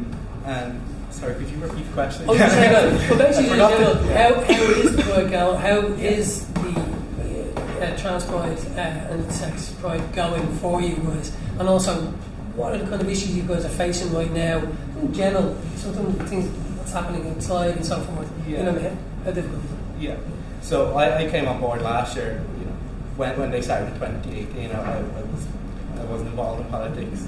They did it in 2019, similar again then with COVID. And then last year I came on board last year. And if people remember last year, our march came in the backdrop of Joe Duffy bringing on this group of trans-exclusionary radical feminists with talking points that is essentially copied and pasted from the US and the UK far-right and terrorist movements. They put it on Joe Duffy, and obviously Joe Duffy, we're just asking questions here, when obviously that wasn't right, yeah. So that was the backdrop of last year. But obviously still, you had the fight against the far right. But what we were, the fight really last year was about the state of trans healthcare and as well, fighting back. Or, what we wanted was, we've had so many years of being defensive, we wanted to move forward and try and fight for progress. So that was last year. This year it's in quite a different context with the far right, where you're seeing down in Cork, there's people who are going into libraries, targeting LGBTQ plus books, targeting workers as well. And then if you look in Dublin, same thing around sex education. If you look on Twitter even, I'm sure Paul has had it, I'm sure everyone on the panel at some stage have had this a groomer or a pedo slur tweeting or saying in person or whatever. And these are very, them two words are very, it's a weird one because they started, that was targeted towards trans people in particular in the US, like last year or at the beginning of the COVID, whenever it was. Then made over its way over to Europe, the UK, and now it's over here where people are targeting trans people. That's it as well. So, and then with the rise of the far right as well, down in Cork, targeting trans people, it really is, it has to be, what we're saying for our marches here is that it has to be explicitly anti-fascist, and it has to be in everything we do. We need to say the far right are a threat to our rights, we need to fight against them, and that's what we're doing for marches. Because you mentioned the real issues for the trans community is one of the major ones, health issues. So all this is kind of a distraction. You guys, all of a sudden you become a bargaining chip in a culture war. The frustration with that, I can't even imagine. Having to deal with that. As to talk about that when the real issues that you actually care about, things that will help you. How receptive have the politicians been? How receptive have authorities been to this? One point about the far right as well, it is a distraction. Earlier on this year, we had a 17-year-old trans woman that was murdered because of this rhetoric coming out. Sorry, no, it's fine. But it is a distraction because then we're dealing with that. We should be fighting for healthcare, but we can't. It's almost secondary now because these are a vital threat. And same with migrants, same with the left as well. these are a performance threat.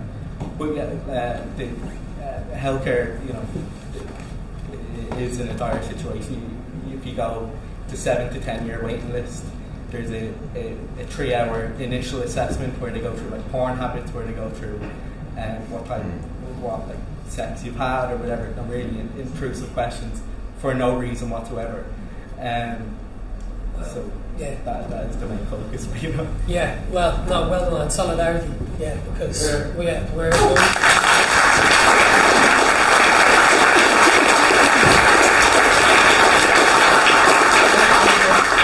solidarity is an amazingly important thing. That is one thing. Trans and Intersex Pride has tried to fight forward. And stood on picket lines with workers up the north and down south.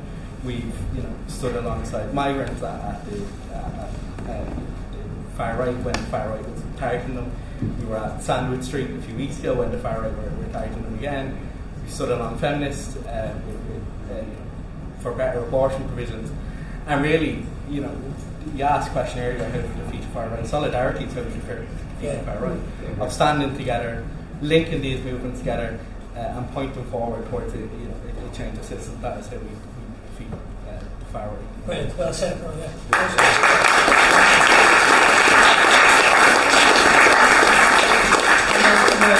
Time, so I'm going to open it up to the floor and for a brief questions and answer sessions. I always love these. I'm going to preface this with for arts events or film events. If you find yourself standing up and saying this is more of a statement than it is a question, maybe hold on to it for later. for the socialist fan fiction pre-printed letter I give out in parade. I'll actually give it a parade as well. Questions. Short and sweet ones before we move on. Short and sweet questions, and I'll try and get through to everybody. Please, sir, in the front row. How are you doing? How are you? I just want to know, how do you get a medical card? How do you what? Get a medical card. How do you get a medical card? Yeah. I'm the wrong man to ask. Two politicians said come answer. What's that? Two politicians will be able to answer that. We will. We'll come back, yeah. Yeah? Okay. Do you want to take a bunch of it? Okay, that's one. That's one. We'll come back to it. There's not a lot of mention here of refugees and everything else. Why are the refugees being treated different to the Irish homeless? When the Irish homeless were in tents on the street, the counter came along with grabbers and took the tents off them, took everything, clearing our doorways and everything else. But it doesn't happen to refugees. It does. Now, I'm not asking It's happening right now. You can tell me now, I found out tonight for the last 2 years, or whatever it was, who the far right is. Right? Because I rang every political party in Ireland to ask them who the far right is.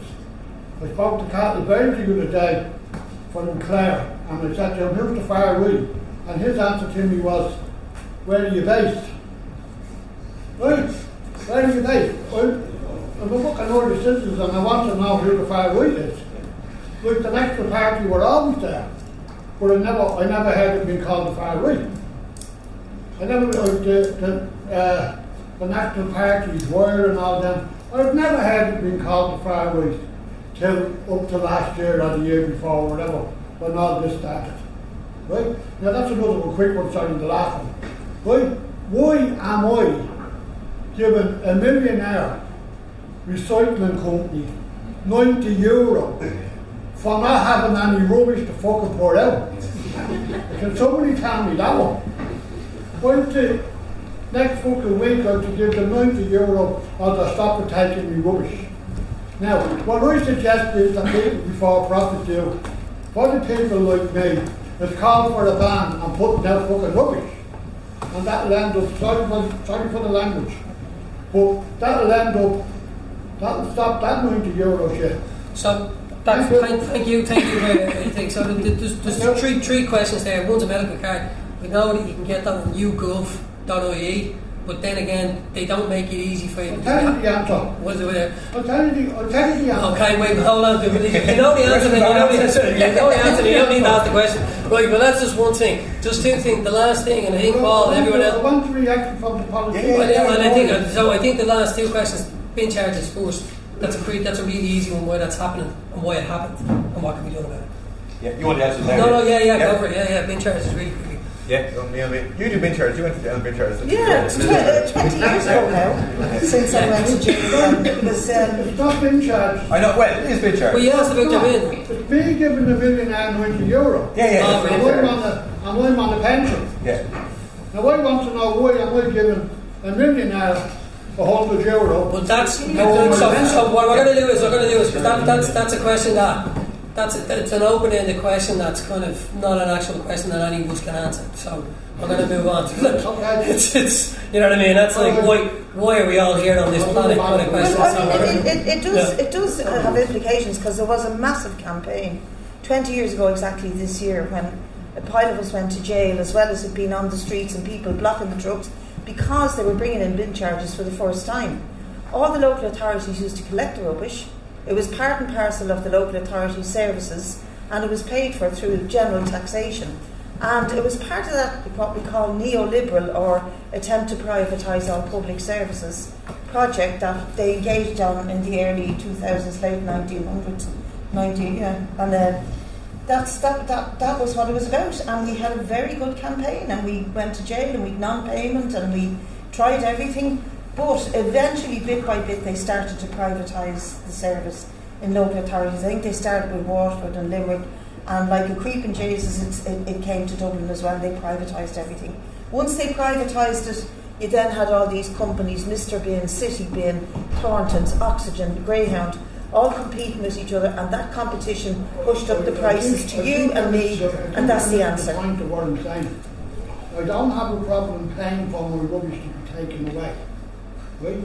When I have rubbish, I'm having an issue with having to give. Yes, and this is what I was trying to talk about just before Craig gave you a very concise, a very specific question. The question you're asking is something we can't answer. But no, it's why you're paying the charges when you're not getting it picked up. But it's because they got it in. Once they privatised it, then it was always going to go the same way, where they were going to keep increasing the charges, they were going to get rid of the waivers, they were going to... So not increasing the charges. No, I know, but it's another way of increasing the charges. Right. Okay, so I think we've answered that question for you. Any other questions from the room? Go ahead in the second row there. David Larkin, People Before Profit Tala. I'd just like to put a question to the audience. People Before Profit, CATU, and various other groups have been out supporting the refugees and people who have been evicted from their homes. Has anyone seen the likes of Sinn Féin out supporting those people? Or will they wait until a general election is coming up and they jump on the bandwagon like they did with the water charges when we had Mary Lou MacDonald who was telling people to pay the water charges and she or her husband paid the water charges? Number two, would anyone know how much money is actually being paid by the lobbyists to lobby the politicians into Dáil? Great question. I don't know. Can you guys illuminate us on that? No, I don't think you do know the answer to that. I think probably the way you explained it earlier, Paul, is it's part of the way the system works rather than a specified amount of money being paid to them. In fact, probably a lot of them don't actually receive any cash, but they will be able to benefit from employment in the future. Their networks will be able to benefit, and they do each other lots of favours. So I don't think we can put a categorised figure on that. Just on the Sinn Féin thing, I think, well, in the case of Cantani House, the local Sinn Féin councillor has been very supportive and has come down to all the protests and has brought the thing up in the Dublin City Council. But I think it's important for us to go after these fellas over here, Fianna Fáil and Fine Gael, more than anybody else. Even though he may be disappointed with Sinn Féin ultimately, may find them shortcoming at the moment, but keep the eye on the prize. We have to get Fianna Fáil and Fine Gael out. And we don't need that sort of, what do you call it? It's not that there's no criticism of them, of course there is, but we don't need to avert ourselves into all our MGs are against Sinn Féin, all our MGs have to be against the ruling class, i.e. Fianna Fáil and Fine Gael. That's the way I put it too.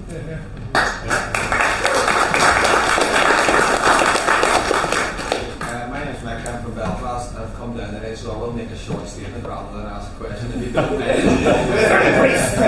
But Go for it. the person over here asked a question about why can't we house the homeless, and I think it's a valid one. And up north during the COVID pandemic, when lockdown was introduced, homeless people were brought in off the street quite easily by opening up one single hotel in the city centre. So it can be done very easily. We can build houses for the homeless people. We can provide temporary accommodation for homeless people. But the point is, it's the same people in government, Fianna Gael and Fianna Fáil, or up north, or over across the water. It's the same governments who not only allow people to sit out on the streets homeless, who drive down wages, drive people into poverty, but the exact same people who lock people up with no civil rights in the drag provision centres and all the rest of it. And we can sit and squabble about the crumbs at the bottom and who gets 2 crumbs and who gets 1 crumb. But at the end of the day, there's a big pie out there, and it's being hoarded by the likes of Fianna Gael and Fianna Fáil. And for socialists, I think solidarity and anti-racism have always been watchwords of our movement, and that's really, really important because we understand that it's a mass of working people coming together that have the real power to change society. And Madeleine pointed out the fact that if you look at the working class today in Ireland, it's diverse, it's more diverse than ever. We're lucky in the north to have a burgeoning strike movement, and I'm struck every time we go to picket lines, the amount of migrants in the health service, the amount of migrants working and contributing in schools and everywhere else. So it's not about squabbling over crumbs at the bottom and saying, why does that person who gets nothing get slightly less than that person who's also suffering? It's about saying if we all join together in solidarity, we can all get better, we can all push for better, and we can all fight for better. And this goes right back through the socialist tradition. There's a reason why Karl Marx argued with the trade union movement in his day that they should make the cardinal question of their movement support for the Irish and solidarity with the Irish, because there was massive Irish racism in England at the time.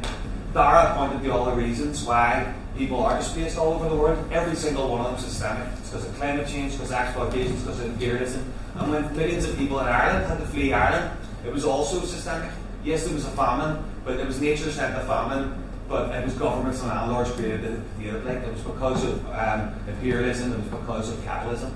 And we need to unite against that. It's not about squabbling at the bottom, it's about saying unite. Migrants are part of that struggle. Who lives here belongs here. And if we all unite together from below, our class can win its bigger share of the pie.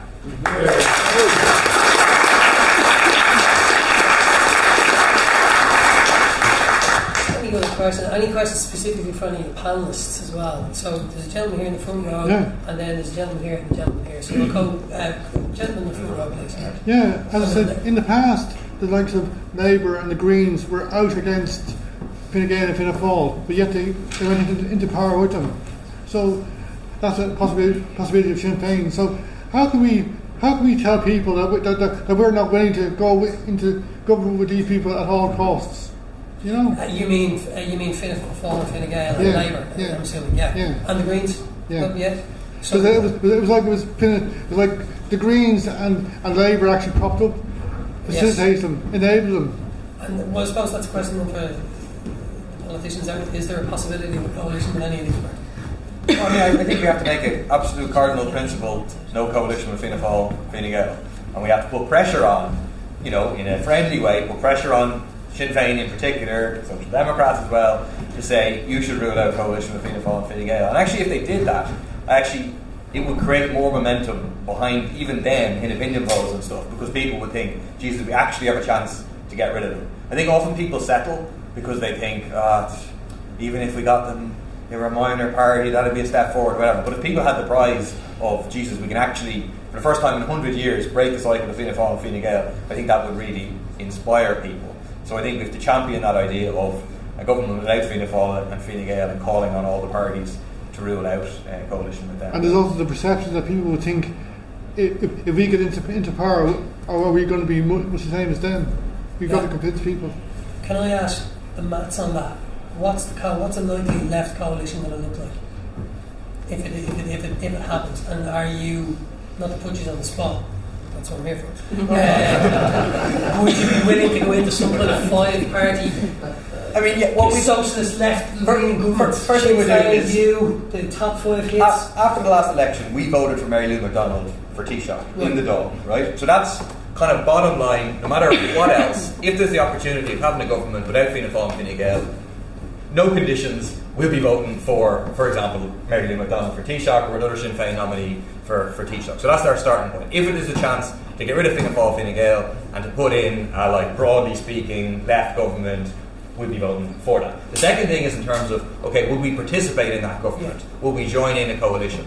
And that depends on what the programme of that government is. So we're not interested in the illusion of being in power. We're not interested in being in government for the sakes of Reid Smith getting a Merc or whatever. We're not going to take any of those things. That's not what we're for. The only government we would be a part of is a government that is actually going to transform society in people's interests, which means a government that is going to take on the power of the big corporate landlords, take on the big polluters, and implement kind of radical eco-socialist policies. So we have a pamphlet on sale outside. Recommend you get it, which kind of outlines the kind of bottom line points. Renationalisation of the energy system, nationalisation of the big polluting companies in this country, €15 an hour minimum wage, get rid of the Industrial Relations Act, break any relations with NATO. So we would negotiate for those things. If we get agreement and we have a really radical government, then we'll be a part of that government. But even if we don't have agreement on those stuff, we're still saying we'll vote for Mary Lou for Taoiseach, and every progressive thing that you do, the reasons that people are voting for you, breaking with austerity, social progress, we'll vote for all of those things. Right. If you do stuff that goes against that, if you break those promises, well then we're going to go against those things. Right, excellent. Yep, brilliant. No. I'm just really aware of the time because I want people to get the questions in, and I know it's running late. So, there was two gentlemen there, there's a gentleman there, and there was a gentleman here. There's a lady at the back, lady here, and this gentleman. So I'm going to go 1, 2, 3, 4, 5. So, yourself. Yeah, Emma, my question is actually for yourself and Spice Bag. Well, I don't know, you're from Bray. I'm from Bray as well. Up the Bray. Bray solidarity. Yeah, it is proper Bray solidarity. My question is really about combating the far right, using the arts, and really it's a question for the whole panel really, but would there be any appetite for trying to make that into a focus group of artists that are quite clearly comrades on the left, right? And making that into a movement similar to what happened in the 1970s with, say, the likes of the Specials, Bob Marley, and they're coming together, especially in Coventry and around England around that time to kind of combat the spread of Nazism and the National Front at the time was. So I'm asking you, Emma, because you're kind of well connected in the arts world, and Spice Bag the same with yourself. Like, why is that not happening? Why aren't we getting more support? And is it to do with the fact that there are a lot of people who are either by default or by accident kind of beholden to the ruling class now in order to make a living? So, well, it's a good question. It's quite a complex one, and it's one that, like I've talked about in my own art and stuff. So, here's the thing: the Arts Council is completely impartial. And I know that from working with them, and I mean that in terms of there is no government interference with the Arts Council. So you should, by rights, as an artist, be able to do and say and make whatever art you want without any fear that there will be repercussions from anybody, from government. What I think what happens is there's a tacit understanding or belief amongst many artists that if they do rock and roll, they will not be given privileged access to art spaces, and they'll get the thing of, your man's a headbanger, don't give him money. Also, he's a headbanger, don't bring him to that opening event because he might go off on one. This kind of thing. Yeah. So I think what actually happens is it's almost a self-censorship with some artists. And it's a cultural and generational thing as well. There's older artists that, like, you think about all the kind of, we were talking about all the theatre companies and artists that were involved in Temple Park. So like Rough Magic shared an office with the women's liberation, I can't remember exactly the name, but they were the ones that had the phone call for women to ring England to try and organise abortions. And they were all kind of under the watchful eye. So the arts community in Ireland has always been there on the left, primarily. But there's another aspect of Irish arts that, as one poet called them, the bushes and the brambles brigade. They love writing about the elemental struggles of nature, and they're not really concerned about politics. And they think that politics has no place in art. They might view themselves as a kind of anchorite type priest that'll sit on the edge of the village, pontificating about the village. But they'll never get down into the nitty-gritty, the piddling shit that they all have to get into. So, and ultimately it's a type of very, very middle-class art. And those people are not interested in what we're talking about here. Because this is happening in Tallaght, it's happening in Clondalkin, it's happening in Bray. They're never going to come here. They never went there. So these things, they don't care about these things. So there's a multitude of things. Sorry to give you a kind of 3-part answer, but there's a multitude of reasons why people will engage in the arts. Most of them are from marginalised... Sorry, people in the arts will engage in politics in the way that maybe we are. It's because they come from areas where they see people and they have solidarity for people that don't have the same things that everyone else does. And yeah, look, you know, it's like the 2016 celebrations happened. The artists were asked, and some of those artists were people that were, you know, bucking against the trend, but a lot of counter-protest, counter-art went on, but all of it was funded by the Arts Council. Do you know what I mean? Yeah. So it's about how you choose to do it, you know. The one thing is, like, Creative Ireland, have you ever heard of them? Mm-hmm. Yeah. So Creative Ireland was set up with that's directly under the influence of the government, because it's essentially, and they said within their opening statement, a singular proposition for the arts in Ireland. Think about that. Think about how scary that is. That's what? You know what I mean? Like what I do and what he does is completely different. Yeah. Artists are contrarians. We're contradicting each other. We're contradicting society. We're contradicting all things all at once.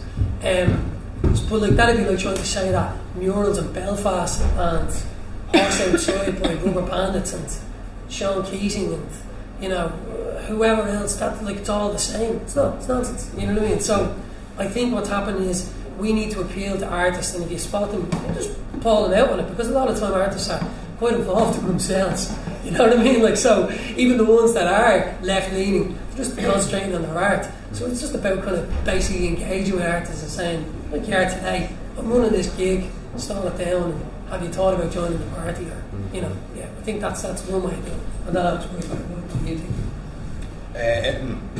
Oh God! In terms of maybe why art isn't like art directly maybe critiquing like the far right, or the spread of the far right isn't so visible right now, is I feel like the issue itself is kind of new. Like I'd made my piece, the eviction piece, that I made that like in 2021 or 2020, and it got very little like airtime. Like it wasn't like a big deal until it became like a big deal elsewhere, and then people started using it as sort of an anchor point or whatever for their views, and using it like that. So I'm sure there is artists out there making, you know, radical art and, like, you know, art that's critical of the far right. I'm sure there's plenty of them doing it, but until there's sort of a more widespread awareness or a more widespread push against that, maybe this art won't get as much play. And then if that were to happen, people would sort of latch on, or at least start interacting, and the art would resonate more with a broader group of people maybe than it does now. So that would be my take on maybe why you're not seeing it as much. Yeah. Also as well, like, just really quickly, because we have to be out of here by 9, so we're going to get through these questions really quick. Artists are quite sensitive people, and, you know, you put your art out there, it's hard to kind of like receive any kind of criticism. Imagine if that criticism is a far right, the only thing telling you is going to cut your throat. Do you know what I mean? Like those, like it's not that we don't have the legs for it, but in some instances they don't, and they shouldn't be asked it. You know what I mean? Put themselves, and I know that's hard to hear, but you know it is quite difficult to have your art critiqued on anything. The threat of violence is quite serious for some people, and they maybe don't have. Yeah, they don't have the legs for kind of dealing with things like that sometimes. That might be another kind of reason for it. I'm specifically talking about the far right. So, sorry, I'm going to move on really, really quickly. The gentleman... That was good me. My question was similar to that. So, no worries. Thank you. You're very kind. Lady, my question was also similar. Oh, was it? Okay. Boom, down the middle. That's how I run gigs. There was someone else who learned last time. There you go. Brendan John, PvP. There's currently a very brutal war going on in Europe, in which the Irish government has sent troops and is actively supporting the US NATO side. What does the panel think should be our response to this? And Bree, we were going to ask you this as well, because the current, what would you call them? What are these panels that are happening? The forum or the forum. Forum, yeah. So just the gentleman's question, and also then if you could just speak in the forum. Yeah. I mean, we've been involved in the Irish anti-war movement and in the Neutrality League, and basically what we're trying to do is to push back against the narrative that Ireland must give up its neutrality and become part of wider military alliances in order to do its bit in the world. So, I mean, one could argue that our neutrality is pretty weakened anyway, particularly since Shannon Airport was used for the Iraq war for mobilising US troops back and forth to Iraq and later on Afghanistan. One could argue that, but what the Irish government are trying to do, and Paul and I see it all the time at the Dáil, is to move us in towards joining NATO. And so that Micheál Martin came up with this great plan to set up these forums. Is how I think you say the plural of forum. And these fora were all about getting people into a discussion about our security policy. And actually, in fairness, mainly to Richard and Paul, they have blown apart that myth that somehow Micheál Martin was getting, people from all sides to sit down together and to have a reasonable discussion. Actually, it was a stitch-up. It was a stitch-up with military advisors to NATO, former military NATO experts, academics who write and advocate for NATO, and it was all about pushing the Irish people into accepting the idea of ditching our neutrality. I think it was Noam Chomsky who said it was creating, what was the word? That has been, I think, kind of blown apart by our opposition in the Dáil. And it's interesting, when Paul and Richard were very vociferous in the Dáil against this, it started to move Sinn Féin to open their mouths. The Social Democrats started to open their mouths. The Labour Party started to open their mouths. So suddenly you had the whole opposition saying that this is a stitch-up. It's a sham. It shouldn't be taking place. We shouldn't give it any credence. But what we do want to do is to pursue a bill for Irish neutrality to be enshrined in the Constitution. We had such a bill in 2 years ago, was defeated, and I think we're submitting it again next week. Is that right, Paul? To try and keep on the push and the drive to show that the majority of Irish people do not want to be part of military alliances. And I went to the big meeting that the neutrality movement had in Liberty Hall, and I was very inspired by what Bernadette McCalliskey had to say about it. And basically she put the argument, like James Connolly did in the First World War, that it'll be the children of the workers and the toilers who'll be sent out to fight and to die in the wars of the wealthy. The very, very rich. It won't be Leo Varadkar or Micheál Martin or their sons or daughters. It'll be your sons and daughters who'll be sent out to kill other people's sons and daughters, other working class sons and daughters. And this isn't about, protecting cables in the sea or having an odd helicopter that'll go out and take people home when there's a coup in some other country. This is really about trying to push us into a military alliance and become fully fledged members of NATO. And I think the country's eyes have been opened by the arguments in the Dáil and the actions afterwards, the protests at the fora in Cork and Galway. The protests have been really, really something else. Big and lively and vibrant and got the media attention. So that's what it's all about, and I think Brendan Young knows exactly what it's all about. The one thing they don't seem to talk about is that joining NATO instantaneously put us on a targeting list for nuclear Armageddon. The nuclear threat in the room, and none of them are talking about it. We're safer out of it than we are. Absolutely. Listen, I'd really like to thank all of you for coming here tonight. I'd like to thank all of our panellists. I know everybody didn't get to talk too much about all the different topics, but really it was an incredible panel. I've been, what's that, sorry? One last question. Oh, sorry, apologies. What was the question? Sorry. It's basically just about, obviously there is the rise of the right, and I think especially the last few years, young people have been very much been involved in, let's say, repeal of Irish equality, and have been very much involved in mobilising the left and voting left. But I think what's really scary and what I'm seeing as a teacher is that the right has mobilised young people really, really well. And you mean like school age? Yeah, I mean 13-year-olds. How are they doing that? Protesting in areas, spreading around rumours, by people and there's situations that aren't really happening. But it's that they're being given so much misinformation that they're just believing it. And at the school that I teach in, a lot of the students would be from quite disadvantaged areas. So when they're having somebody tell them that, you know, they're not getting this, this and this because of this person down the street who raped this woman, they believe it all. And unfortunately, like within schools and within like systems within schools, it's very difficult to have conversations within classrooms around these things, because I'm also dealing with students that, you know, are from those backgrounds and come from other countries that are refugees. So like having those conversations is very important amongst them to combat those views and opinions.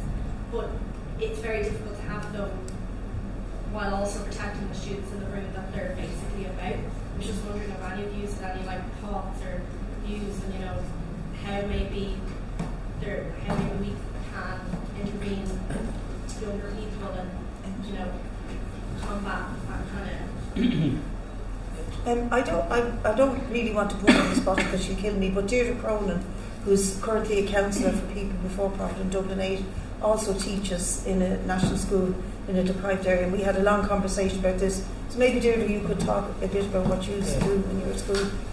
Yeah, it's just slightly different because I'm dealing with the younger kids, I'm dealing with the older kids, but I know that in a lot of areas it's about mobilising all the resources in the area. So you've probably been coming across school completion projects, other youth services, community services, and I think through the banner of the For All groups that we found it very good that people that we were reaching in school that then maybe we weren't reaching outside of school would be brought in under the umbrella of the more community sector. So I think maybe as teachers and through our unions we need to be reaching out a little bit to try and mobilise the whole of the community to try and take on some of these broader issues, because I do know that kids were going on the protests and sometimes they were going with parents, but sometimes it was part of that whole culture, just something happening in the area, there was a bit of excitement. All the rest of it, my fear during the summer was that if this blew up again because of the total lack of summer projects and activities and things that kids like actually doing, that again, the excitement, something to do, it could drag people out. So I think it's about partly, you know, trying to link up and utilise everything that's out there in order to, because there's really brilliant people and there's also really brilliant kids, and I suppose at the school level we found that we ran again this year for the first time since COVID our kind of international days, which is where you bring together obviously the kind of native community with all the other nationalities that are represented in the school. It does break down barriers, and you find you put a bit of effort into getting in the people that are sometimes wary of the stranger and that they find they have an awful lot in common. And we found a lot of them was kind of the adult women that, you know, a lot of Irish women suffer domestic abuse or bad stories behind them, and they realise then there are people from other countries who are suffering and they have gone through exactly the same kind of things. And you find there's a bond there. People talk about setting up women's groups because they did find that there's a lot in common. So food, we found food was brilliant, sport was brilliant, all those kind of things. But I think you're right to point that out because it is something that's there, and I think we have to, when we go back in September, have a very targeted kind of response to it. And it is something that we, all of us, need to think about. But I do think through our unions is a good place to start with those, and just from the community level, reaching out and trying to help as well. I think there's a thing as well with they seem very adept at using social media.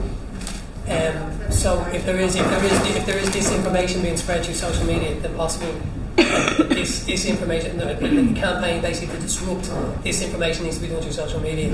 How that's done, I'm not an expert, but that's possible. I think on that is challenging in real life. Right, in real life is better, is it? It's so hard to deal with that. It's so information keeps on coming at people. Yeah. So I think it's like, how do people see that what you're seeing there is actually contradicted directly by something you come across? Right. That's really good point. Thank you to the audience. Thank you to our panelists.